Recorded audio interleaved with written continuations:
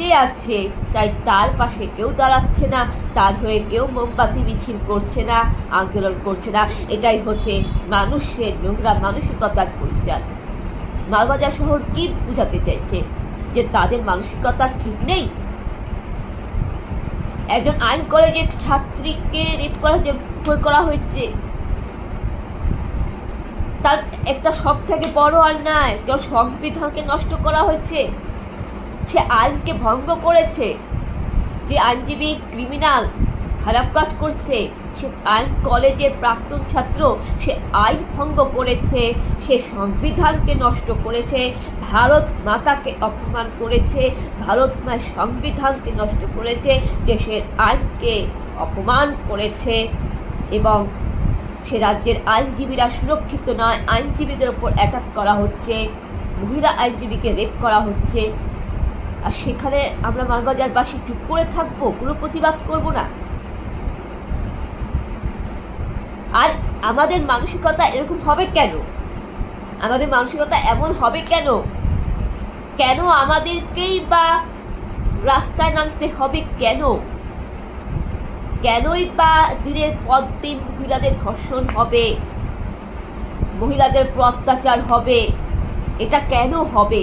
সমাজে মহিলাদের উপর ধর্ষণ কেন হবে? কেন অত্যাচার হবে? কেন আমরা রাস্তায় প্রতিবাদ করবো, আন্দোলন করব? আমরা চাই পশ্চিমবঙ্গে নারী নিরাপত্তা সুরক্ষা থাকুক, নিশ্চিত থাকুক। যেখানে আমরা রাত্রি 1টা বলো 2টো বলো, একলা বাসে ট্রেনে রাস্তাঘাটে শান্তিতে নির্ভয়ে মাথা উঁচু করে আত্মনির্ভরের সাথে আত্মবিশ্বাসের সাথে আমরা চলাফেরা করতে পারবো, স্বনির্ভর গোষ্ঠী হয়ে আমরা চলাফেরা করতে পারবো।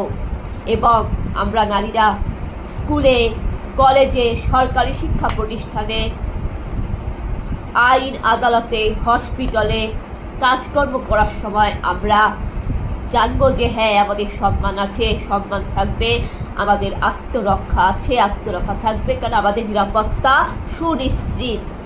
এইটা সবার আগে দেখা দরকার। রাজ্যের ধর্ষণ প্রতিকার হওয়া দরকার, রাজ্যের দমন প্রতিকার হওয়া দরকার, আর অপরাধীদের কঠোর থেকে কঠোরতম শাস্তি হওয়া দরকার। এইটা কেন হবে? কিন্তু এইটা কেন হবে যে বারবার নারীরা রেপ হবে আর আমরা আন্দোলন করব? কারণ এটা হওয়া উচিত যে রাজ্যে ভবিষ্যতে আর কোনো দিন যাতে রেপ না হয়, ধর্ষণ না হয়, কোনো মা বাবা রাতের ঘুম যাতে নষ্ট না হয়, মা বাবা যাতে নিশ্চিন্তে ঘুমোতে পারে, এইটা যেন হয়। শান্তিতে আমার ছেলেমেয়েরা যাতে রাস্তাঘাটে চলাফেরা করতে পারি, নিরাপত্তা সুনিশ্চিত থাকা দরকার। কিন্তু যখন দেখি যে কোনো নারী ধর্ষণ হচ্ছে, রেপ হচ্ছে, সেই নারী পাশে আমাদের দাঁড়ানো উচিত, সহযোগিতা করা উচিত, আন্দোলন করা উচিত, প্রতিবাদ করা উচিত। সেই নারী জীবিত থাকুক অথবা জিন্দা থাকুক।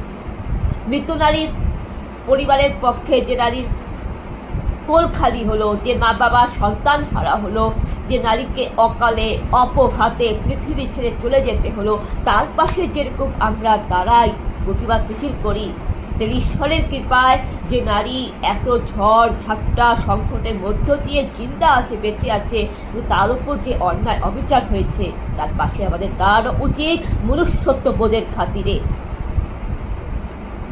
তাই মালবাজারবাসীকে আমি এই কথাটাই বললাম। কিন্তু মালবাজারবাসী দাঁড়াচ্ছে না কেন? এখানে কিন্তু ধরা পড়ে গেছে অপরাধী কারা, অপরাধী ব্যাকগ্রাউন্ড। আর নিউজে কিন্তু দেখাচ্ছে যে অপরাধী কোন রাজনৈতিক দলের সাথে যুক্ত আছে। সেইটা জানতে পেরে কি প্রতিবাদ মিছিল হচ্ছে না মালবাজারে? রাজনীতি